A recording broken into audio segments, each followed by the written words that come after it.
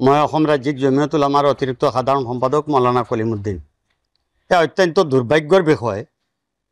আজি জুবিন গাৰ্গ আমাৰ অসমৰ হিয়াৰ আমঠু, তেখেতৰ আকস্মিক মৃত্যুত বিয়োগত সমগ্ৰ দেশবাসীৰ লগতে বিশেষকৈ অসমৰ প্ৰতিজন ব্যক্তি ম্ৰিয়মান, সকলো ব্যক্তি শোকত ভাগি পৰিছে আৰু তেখেতৰ মৃত্যুৰ এই ঘটনাবোৰ লৈ সকলোৱে ন্যায় বিচাৰিছে। চৰকাৰৰ ওচৰত আবেদন নিবেদন জনাইছোঁ। আমি জমিয়তৰ ফালৰ পৰাও আমি জনাইছোঁ যে তেখেতৰ তেওঁ ন্যায় পোৱাকৈ, তেওঁৰ পৰিয়ালে ন্যায় পোৱাকৈ অনুসন্ধান হওক, তদন্ত হওক, এই কথাখিনি সকলোৱে বিচাৰিছে, আমিও বিচাৰিছোঁ। কিন্তু এই ক্ষেত্ৰত আপুনি কোৱাৰ দৰে ময়ো ছ'চিয়েল মিডিয়াত দেখিছোঁ কোনোবা ইউটিউবাৰ নে কোনোবা এজন মৌলানা ব্যক্তিয়ে জুবিন গাৰ্গৰ শোকৰ কথা ক'বলৈ গৈ দেৱালী বৰ্জনৰ কিবা এটা বিষয়টো উল্লেখ কৰিছে। অত্যন্ত দুৰ্ভাগ্যৰ বিষয়। ৰাজ্যিক জমিয়ত উলামাৰ তৰফৰ পৰা তেনেকৈ বাস্যক আমি নিন্দা জনাইছোঁ, গৰিহণা দিছোঁ।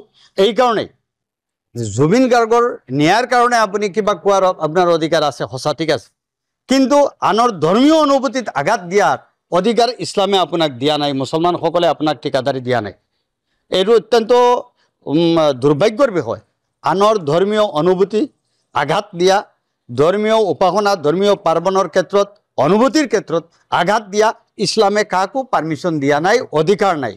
গতিকে তেখেতে যিটো দেৱালীৰ কথা কৈছে যে দেৱালীৰ প্ৰয়োজন হ'লে বৰ্জনৰ তেনেকৈ কিবা এটা কথা আনিছে তেখেতে, অত্যন্ত দুৰ্ভাগ্যৰ বিষয়। মই গৰিহণা দিছোঁ আৰু লগে লগে গোটেই অসমৰ মুছলমান সমাজক আৰু এনেধৰণৰ যিসকলে ভিডিঅ' বনায় তেওঁলোকক মই বিনম্ৰতাৰে জনাইছোঁ, বিশেষভাৱে মুছলমানসকলক, যে জুবিন গাৰ্গৰ ন্যায় বিচাৰিব লাগে, সকলোৰে অধিকাৰ আছে, কিন্তু আইনৰ শৃংখলা নিয়মৰ ভিতৰত থাকি আনৰ ধৰ্মীয় অনুভূতিত আঘাত দিয়াকৈ কোনো এটা শব্দ কোৱা আমাৰ ইছলামেও অনুমতি দিয়া নাই। গতিকে মই সকলোকে অনুৰোধ জনাইছোঁ, শান্তি সম্প্ৰীতি বৰ্তাই ৰাখিবলৈ চেষ্টা কৰক, সংযমতা অৱলম্বন কৰক আৰু কোনো পধ্যেই যাতে কাৰো ধৰ্মীয় অনুভূতিত যাতে আঘাত নহয় তাৰ কাৰণে সকলো সজাগ থাকিব লাগে। মই অসম ৰাজ্যিক জমিয়ত উলামাৰ অতিৰিক্ত সাধাৰণ সম্পাদক মৌলানা কলিমুদ্দিন। এয়া অত্যন্ত দুৰ্ভাগ্যৰ বিষয়।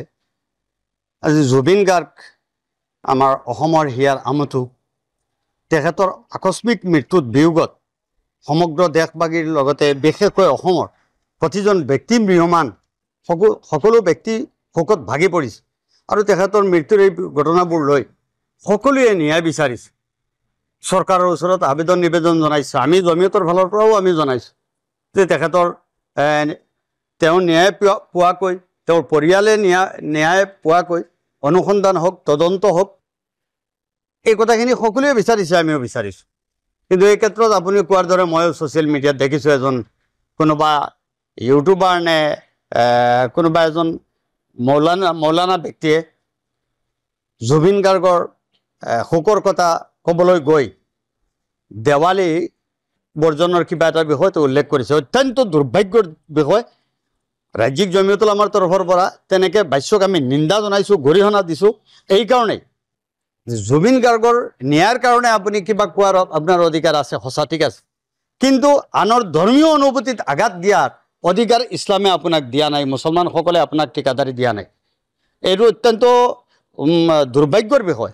আনৰ ধৰ্মীয় অনুভূতি আঘাত দিয়া, ধৰ্মীয় উপাসনা, ধৰ্মীয় পাৰ্বণৰ ক্ষেত্ৰত, অনুভূতিৰ ক্ষেত্ৰত আঘাত দিয়া ইছলামে কাকো পাৰ্মিশ্যন দিয়া নাই, অধিকাৰ নাই।